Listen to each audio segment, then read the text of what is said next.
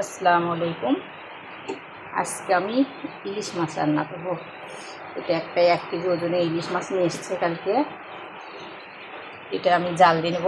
এর জন্য পেঁয়াজ, আপনার আদা, রসুন, মরিচ বাটা, জিরা বাটা সেটা সব কিছু পরিমাপ মতো নিয়েছি, কারণ ইলিশে অত কিছু লাগে না। আর ইলিশটা আমি ভাজবো না, ইলিশটা শুধু আমি জাল দিয়ে নেব, নিয়ে রান্না করব। এগুলো আমি সবগুলো একসঙ্গে মিক্স করে নেব।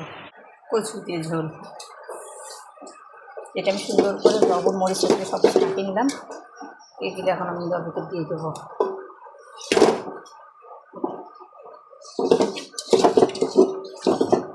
ইলিশ মাছ এখন আপনি ভাজাই রান্না করেন আর জাল দিয়ে রান্না করেন, সেই মজা লাগে, কোনো সমস্যা নেই। ইলিশ মাছ যেমন করেই রান্না করেন তেমনই মজা, কেননা এটার দাম বেশি। এই একটা ইলিশ নিয়ে এসছে গেলে 1200 টাকা দিয়ে।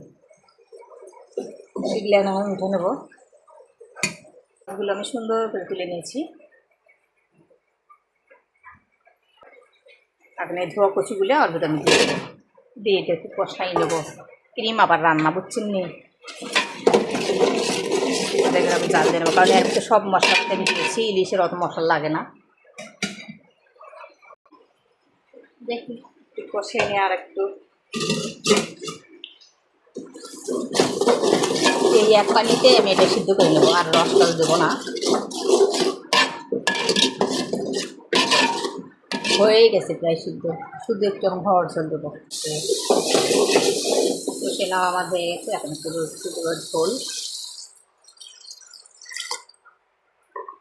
বড় করতে হবে।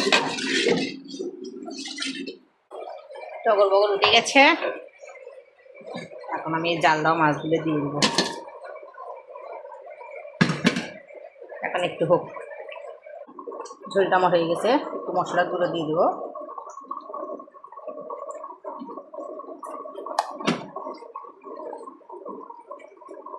ওকে, আল্লাহ হাফেজ।